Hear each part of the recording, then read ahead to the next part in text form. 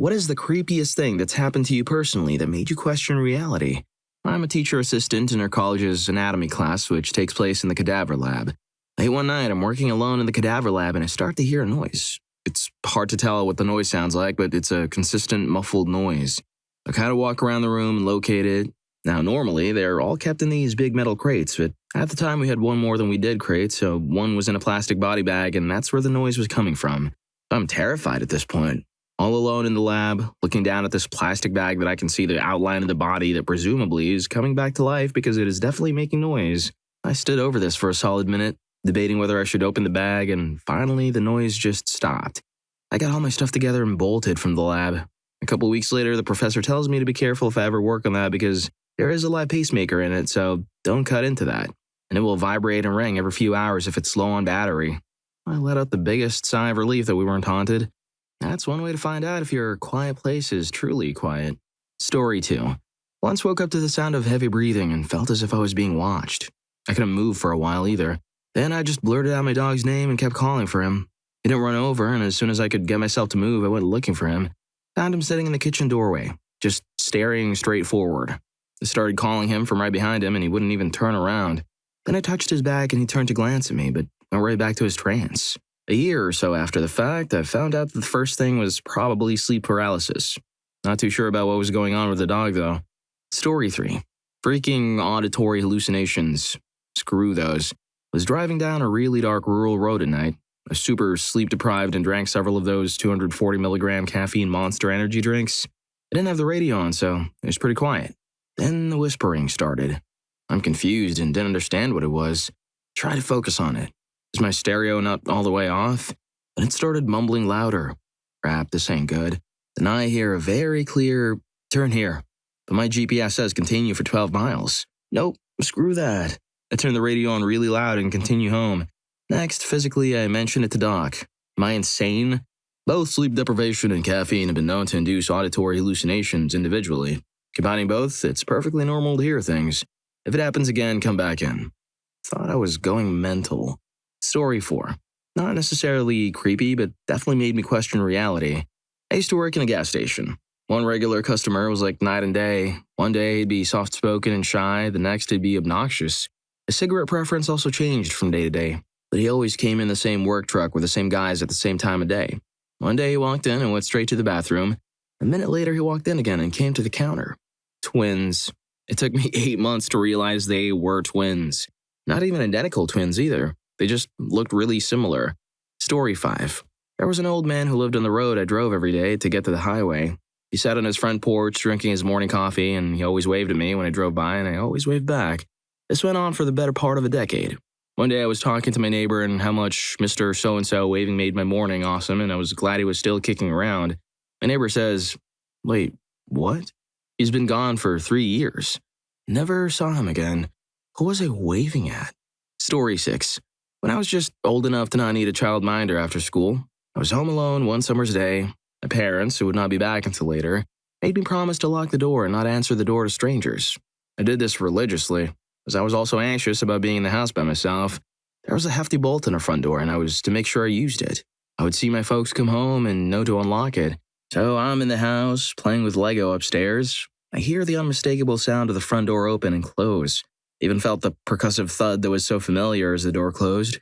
Thinking one of my parents must have come home early, I went down to greet them. No one there. I then saw the bolt was still across. Now my body runs cold as I start racing through the possibilities to explain this. I check all the doors and windows and panic. All locked.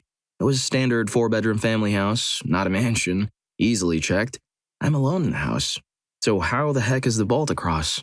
Impossible to open that door from the outside, key or no key. I'm sure it was the door I heard. The house was silent and there was a very loud and distinctive noise. It did not compute. I noped out of there fast and went to a friend's house. He did not believe me and was certain I was winding him up. Story 7. When I was a kid, between 8 or 9, I used to wake up every night to headlights coming through my bedroom window. The lights would then stop and turn off, not as if a car drove by, but as if they were turned off. Then the long shadows of a man as if looking through my window would pass by and stop in front of my window. I'd lay really still and pretend nothing happened. Every night, for months. Eventually, I convinced myself it was imagination. Now that I think back, it stopped when my stepdad moved in. My mom was single, but I was convinced it wasn't real. Across the street lived my best friend, whose mom was also single, and she refused to sleep in her bedroom. Her window faced my window. She told me years later it was because every night a man would park in her side yard and walk over to my yard. The long shadows were from the light in her yard. She eventually decided it was my dad checking on us and never told me until I was a teenager. It wasn't my dad. I asked him. So I thought I was crazy and hallucinating for years, and perhaps I wasn't, or two kids were having odd dreams at the same time every night. Story 8. I would have chalked this up as a dream, except I know I was awake because I really had to whiz. I woke up in the middle of the night, having to pee really bad as mentioned above, and from my position on the top bunk I could see into the hallway. The bathroom was right across the hall from my bedroom door and also right in my vision. I was just starting to climb down and go to the bathroom when I saw, heard, and felt the footsteps of a man coming down the hall and going into the bathroom. I thought it must be my dad, but that was strange because he and my mom had their own bathroom. Even stranger, he didn't turn on the light or close the door. So after a while, I got annoyed because I really had to go and I called out to him. No answer. I finally climbed down and switch on the light and find an empty bathroom. I'd definitely seen a figure, heard the footsteps, and felt the vibrations of the footsteps of a large man come down the hall and go in there. I was about 10 when this happened, but I remember it so vividly because that is the freakiest thing that's ever happened to me, paranormally speaking. Story 9. I dreamed it was dark, raining, and I was in the woods walking towards a campfire.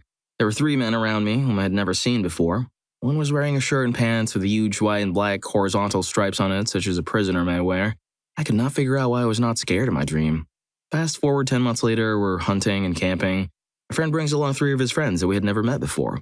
I had to go to the bathroom, buried a 50-gallon drum and put a seat on it.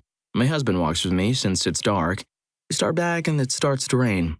We get to the clearing and there are his 3 friends around the fire, one wearing the outfit described above. I wasn't afraid in my dream because my husband was behind me and I just couldn't see him. No one believes me. Story 10. I worked at a small retail shop that sold mostly small accessories and clothes. I've never really believed in ghosts, but my coworkers always swore the place was haunted. Lights would flicker randomly and canvases would fall violently to the ground, despite my efforts of propping them up so that they didn't. The thing that really made me question everything happened when I was closing alone at night. We had a sunglass display in the middle of the store, just a flat glass shelf with a bunch of sunglasses laid out nicely on top. I walk past it to the register and hear this huge crash. Look back and all the sunglasses were on the floor. It looked like somebody just took their arm and dragged it across the shelf, pushing them all off. There wasn't anything above the display, so nothing could have knocked it off. I don't have an explanation for it. It was right as I was about to close, too. It was a rude ghost. Story 11. There were 2. The first one was a UFO. I saw a light streak across the sky, make a 90-degree turn and streak away until it vanished. Years later, I learned that it was probably just an asteroid breaking up. Put that one to rest. Once, when I was about 8, we were driving along a road in the backcountry and I was staring out the window. And in the distance, in a field, I saw a silvery or green glowing cloud that was completely unnatural. It suddenly moved, almost ran towards the road, then up a tree just as we were passing it. As we climbed a hill, I saw it drop from the tree onto the road and flow back into the fields. Story 12. When I was 19, I worked 3rd shift and was a little paranoid.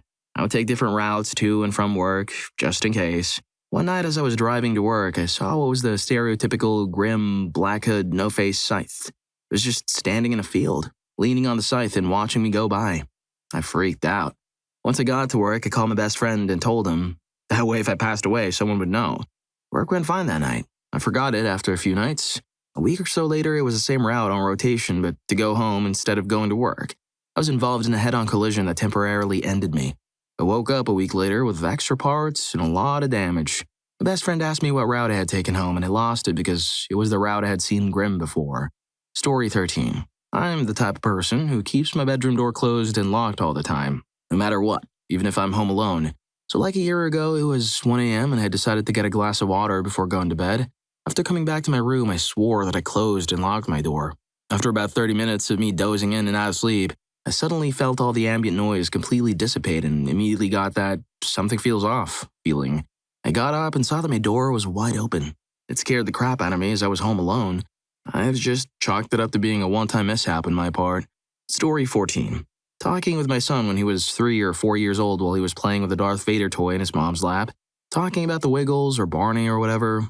Completely unprompted, he said nonchalantly, "Dingo cold, dingo cold." And he goes back to playing with his Star Wars toys. I asked him what he said, and he denied saying anything with a giggle. My wife very clearly heard him say Dingo Gold, too. Never told him about my childhood best friend Dingo, being ended in an avalanche 10 years earlier. Story 15. I've related this before, but I'll repeat it again. I can think of a few things that happened in my first year of college. I used to live in an apartment kind of place on campus with 3 other people. We all had our separate bedrooms, but shared a living space. It was on the 7th floor, to give a better idea. Once I woke up at around 2 a.m. to find that my phone was automatically playing a song. I closed the app, but it happened 2 to 3 times again. I would have put this down to my phone being weird, but then one of my roommates told me the exact same thing happened to her as well. This wasn't all. A few days later, I woke up to a beeping sound coming from my phone, and when I checked, it was apparently a sound recording. The duration shows as 0.00 though, which meant that it shouldn't technically play at all. I deleted it immediately. Another time, my roommate and I were watching a movie and had stayed up until 3. It ended and she went to sleep. After a few minutes, she burst into my room and asked me what I was doing.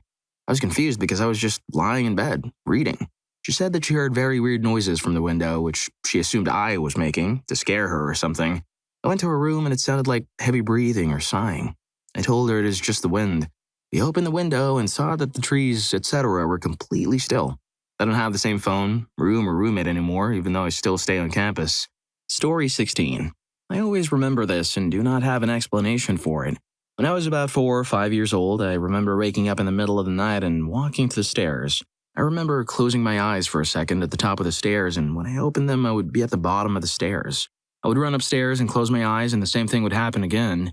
It happened at least 4 to 5 times until my parents called me to go to bed because they could hear me run up the steps. It's weird because I was wide awake and do not have a history of sleepwalking. Still think about it and wonder how that was possible. He was probably just a very efficient 4-year-old. Why walk when you can quantum leap? Story 17. Posted this before, but thought it would fit here too. By my hometown, there was a hiking trail that people went to very infrequently. It was along the side of the Niagara Escarpment, so it had some climbable cliffs and some very shallow caves that you could crawl around on. I went with some friends when I was 19 or 20, and we were crawling around and found a cave that went pretty deep. We had never been in there before, had never even seen it before. So we pushed forward and decided to check it out even though we had no flashlights, and this was when cell phones didn't really have a flashlight function. We stepped into the cave and it was easily 20 to 30 degrees cooler than outside. Upon looking around with which light we had, we noticed it was really clean inside the cave, as in it didn't have beer cans littered everywhere like all the other small caves did. Well, in there we got a really eerie feeling after being in there shortly, hearing weird and strange things, feeling like we were being touched, poked, and pulled, and not having any way to figure out who was doing it because it was too dark. We were just using lighters to see what was around us. We were convinced one of us was messing with the others. Although, anytime we sparked up a lighter, we were all decently far apart. We decided to hightail it out of there after only a few minutes, convinced to come back with flashlights. We came out to see that it was now dusk outside. When we entered, it was midday. Somehow we had lost roughly 3 hours inside this cave. We went back with flashlights the next week, but had never been able to find this cave again. Story 18. I was playing with our dog in the living room. At the time, I was around 9 years old. We're doing our usual only play like this when mom isn't home, else she'll tell us to stop type of playing. Basically playing fetch in the living room. At one point, I threw the toy, which caused it to ricochet out of the living room and into the kitchen. Franz, our dog's name, chased it and disappeared around the corner to get it. At that exact moment, the front door opened and Mom walked in with Franz on a leash after a 2-hour walk over the beach and dunes. I tried to explain, but couldn't. I played with him for at least 15 minutes. Apparently. My imagination, but I just don't believe that. Story 19. Sleep paralysis. A few years ago, I was dreaming I was talking to a friend of mine. So far, nothing weird. But then for some reason, I realized that I was in a dream and the person I was talking with technically wasn't my friend. Suddenly, their appearance turned to black and I felt them pushing me down and holding me down in my bed. I couldn't move. I couldn't breathe. At this point, my cat woke up and jumped on me as if to protect me. Then the dark silhouette or whatever that thing was vanished and I woke up. I swear I had red marks on my shoulders where that thing was holding me down in my dream. Story 20. I work in hospice and spend a lot of time around dying people. About a month and a half ago, one of my long-term clients was actively passing. That can involve hallucinating, seeing and talking to people who aren't there. Happens a lot. There's nothing wrong with it. It's the person's brain trying to grasp their new reality. So I work overnights. My client was wide awake, talking to people who were in the room with her but who weren't in the room with me, which is fine. I'm okay with that. Until she started describing people I knew who had passed. I almost quit my job that night and told myself I wouldn't return to her. Most of the rest of her hospice care team started quitting in the next few days, and I ended up staying with her until the end. That one weird night was the only time she was talking to my past family members, and still kind of messed up over it. Story 21. I'm not really a supernatural person at all. I don't believe in ghosts or anything like that. I can explain anything creepy that happens when I'm alone, usually, or anything that just generally creepy happens. But as you could have guessed from that lead up in this question, there's one thing I still don't have an explanation for that I still think about. This happened around 5 years ago now, and I was still in high school. My sister and I were both walking up, and to get to the school, we have to walk down a small dirt path that runs right next to a cemetery. Usually, it's only us two using the path at the time in the morning. Sometimes you'll see someone walking a dog, but not often. We were walking down the path one morning when my sister said she thought she could hear someone following us. We checked behind us and no one was there, but if I listened, I could hear the clicking of high heels behind us as we talked. The sound followed us all the way off the path and stopped when we reached the main road, and there were loads of people. We then heard it again when it was just us two alone walking in a back alley to get us to my sister's then-boyfriend's house. Neither of us heard it for the rest of the day after we joined up with her boyfriend, but for the rest of the time at school, we both avoided using that path. We checked our bags to see if there was anything there that could make that sort of sound, but we both just had books in there. This isn't that creepy, all truth be told, but it's definitely had me thinking about things since it happened. Most of the time, it's just easier to ignore it for my own sanity, though. If you're enjoying the video, don't forget to hit that subscribe and like button for more videos like this. Story 22. I constantly had dreams of a red-haired kid in my dad's childhood home. It was my paternal grandparents and all my dad's sisters who lived there that never had this ghost. No one believed me when I talked about this kid. He began to play in the bathroom with me because he loved to play in water in my dreams, and it was downstairs so the adults wouldn't hear the water running. We moved out, thinking this imaginary friend was a scream for help or that. To my very suspicious parents, a ghost was contacting me. I recall an incident where I woke up in the bathtub with the water running one night and moving out 3 days later. My dad's cousins moved in and their children also talked about it. Mystery ginger kid with blue overalls and green shirt. Socks only and horribly stained throughout. I'd never met these kids before at that point, but I instantly loved them for backing up my story of the ghost kid. To the rest of the family, I was being mean because I was no longer the only child. The weird part was that the kid inhabited the kitchen. He inhabited the bathroom and backyard of my dreams and constantly asked for food, whereas he only liked to splash water in my mind. My dad's cousins had the house blessed by the local priest when, in the mornings, 1 or 2 of the 5 kids would be seen covered in food stains or asleep on the kitchen floor surrounded by half-eaten food. A therapist explained it as a shared psychosis, but it doesn't explain my own version of the kid and his fascination with food for the other children. Story 23. Okay, this was recent and it still freaks me out. I was playing VR chat with my HTC Vive. I was sitting in my chair and just talking with friends when I all of a sudden heard something fall down or like someone tripped over something. Just some rumbling noise. I got confused because I was alone at home, so I lifted up my VR glasses and looked around in my room. I thought maybe something just simply fell down, but I couldn't find anything that looked different. Then all of a sudden I saw a chocolate bar wrapping on the floor, perfectly neatly placed right in front of me and with the front even facing me. Obviously I got confused and picked it up and looked at it. But the chocolate was missing. It was just the wrapping. But the problem is, I never bought this chocolate, nor did I eat it, nor did I even have this kind of chocolate. It was normal chocolate with nuts and grapes, and I'm not keen on those. And all said, it was just laying there. I never found out how it got there, and I never found out what the noise was I heard. I'm still so confused and almost a bit scared by it. Story 24. So I'm an atheist, but I can fully explain this one. I have a big family, like really big. Last count, I had around 20 cousins. One day we were all hanging out in the family farm and decided to spend the night. We just did girls in a room and boys in another, and everything was going fine. It was around 4 in the morning when I woke up to one of my cousins standing by the door. The hallway light was on and shining in my face, so I could only see his outline, but I knew it was Josh. I asked him what he was doing and if he needed something, but he didn't move. My eyes were starting to adjust. I could see more details, but I couldn't see his face. I was really sleepy and confused. When the hallway light, Josh's shape, everything disappeared. It was just darkness and an open door. I knew I was awake because I was sitting down. I decided to get one of my roommate's cousins up and go check on the boys. Josh had an allergy to something. He didn't want to bother anyone, so he took a Benadryl and went to bed. When I checked on him, he wasn't breathing. We got my uncle up. He gave Josh some heavy-duty medication. We took him to a hospital. Everyone was fine. Josh told me he knew I was an insomniac, and while he was suffocating, unable to make a noise, he kept praying I couldn't sleep and decided to check on him. Story 25. I'm curious if anyone else has had this happen.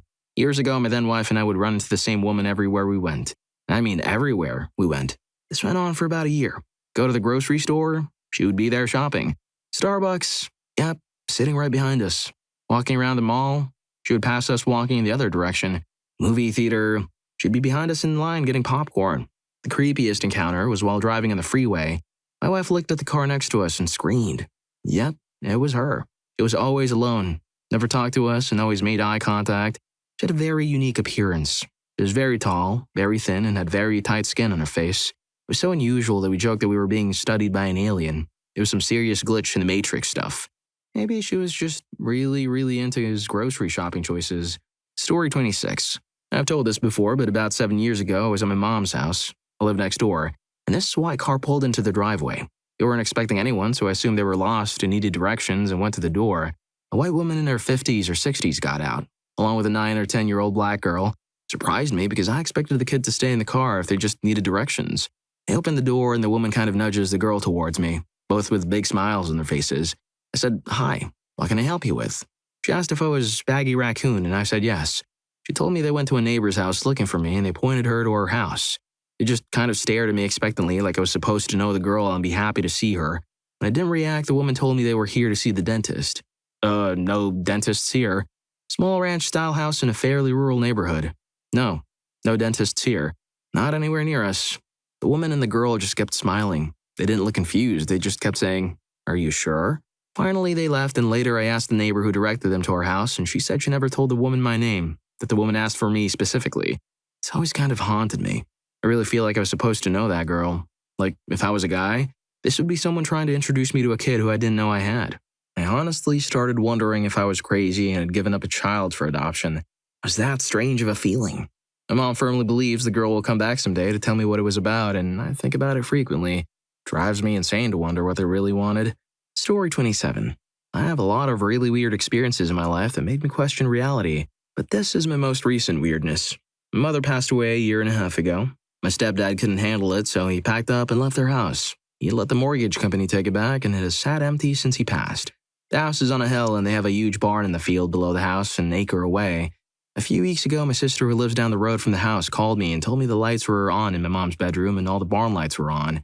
Hours passed, and her husband decided to go up the hill to the house. He walked in the door and walked to the light switch to shut off the lights to the barn.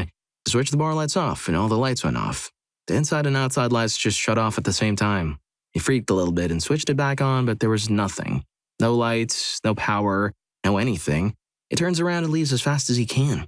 The power had been off for over a year at that point. We assumed the mortgage company had turned on the power at first, but they haven't.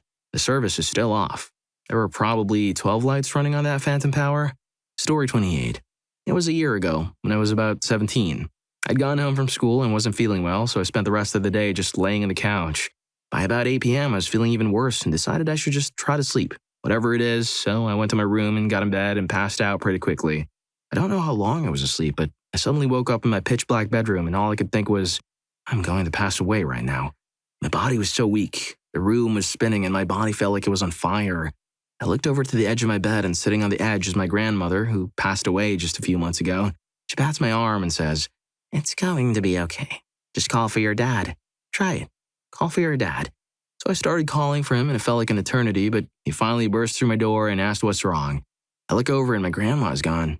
After that, he gets me up and takes me to the ER where I have a fever of 106 Fahrenheit, which explains a lot. I had to get a ton of fluids and a shot in my hip, but I eventually felt okay-ish. Her being there felt so real. It was so weird. I know logically she wasn't, but it felt so real. That sort of messed with me a little. I loved her dearly, and her passing was very sudden. We kept her ashes in a nice urn in the house under a painting she had done herself. When I got home and passed by, I said thanks to her. I know it was the fever melting my brain and maybe some sleep paralysis, but it still made me question the afterlife and those sorts of things. Story 29. I once took a nap at my boyfriend's house and fell into a deep sleep. His best friend passed away 2 years ago. We'll call him Jay. And I never got the chance to meet him. I only know stories that my boyfriend tells me. I began dreaming. I dreamt I woke up from a nap and walked around the house to find my boyfriend. I kept running into people I know, and each time I would say, "I'm sleeping right now, I need to wake up."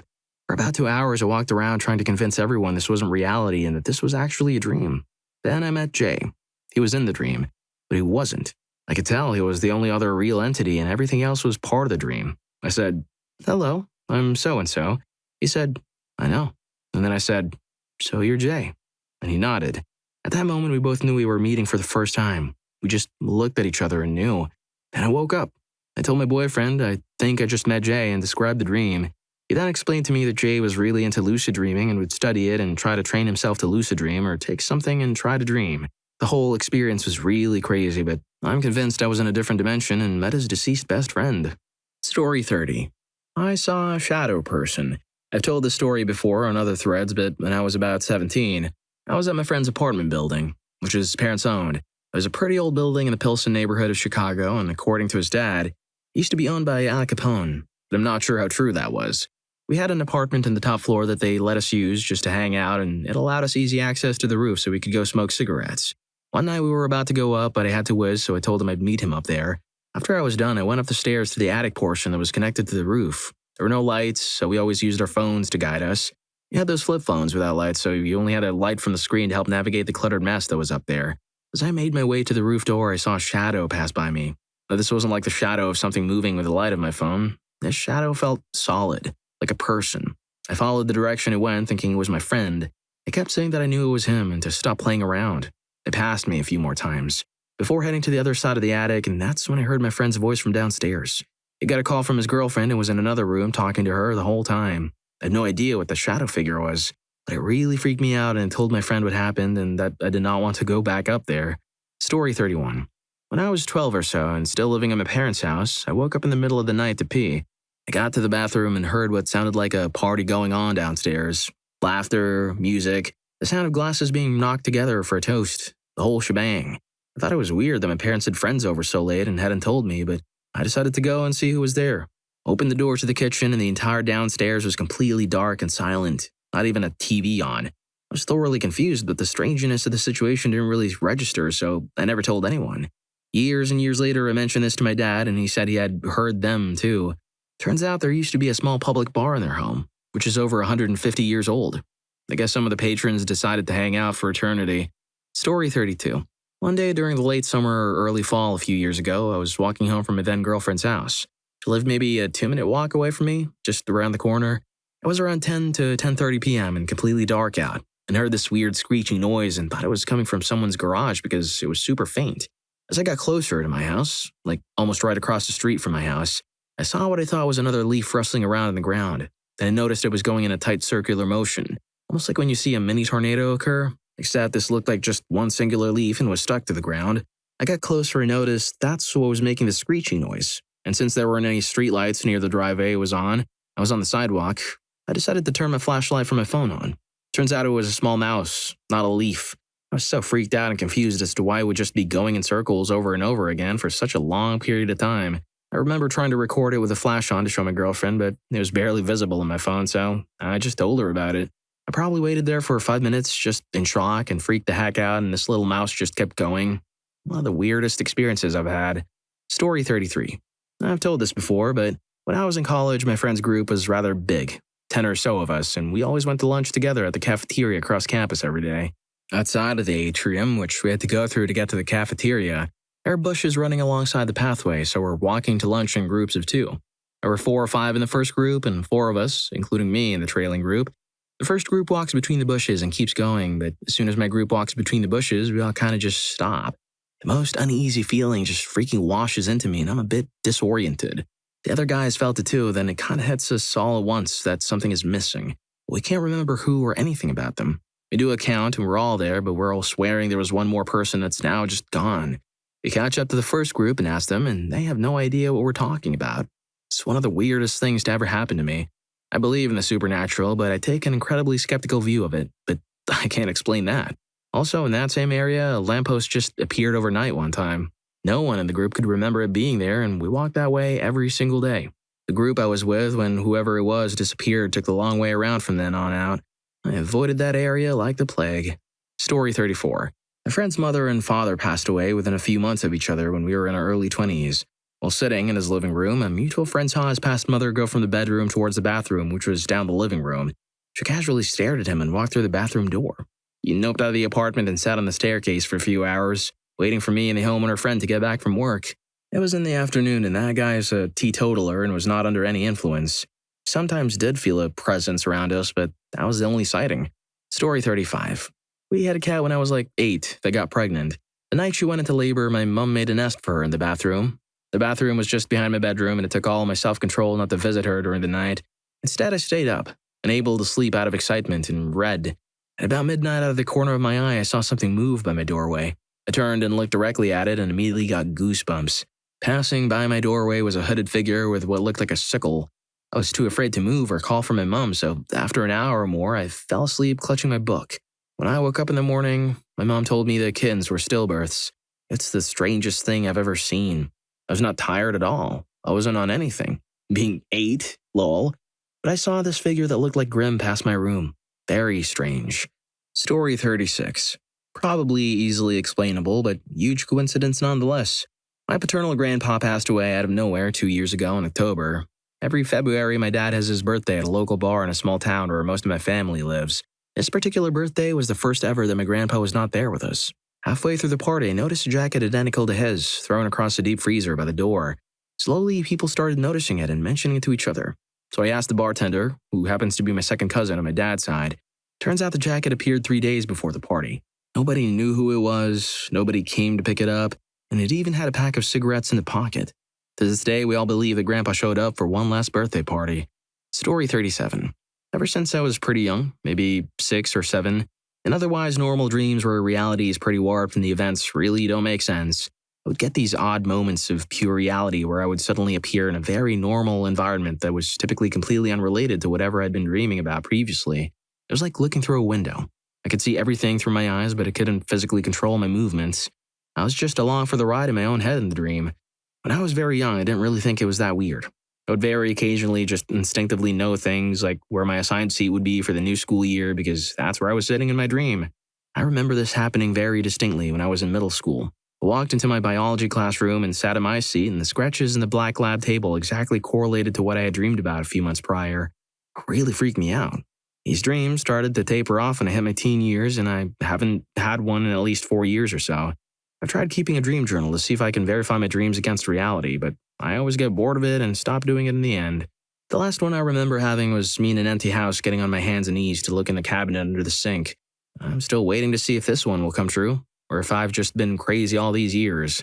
Well, if you like these stories, here's more. YouTube thinks you're going to love this. Catch you in that video.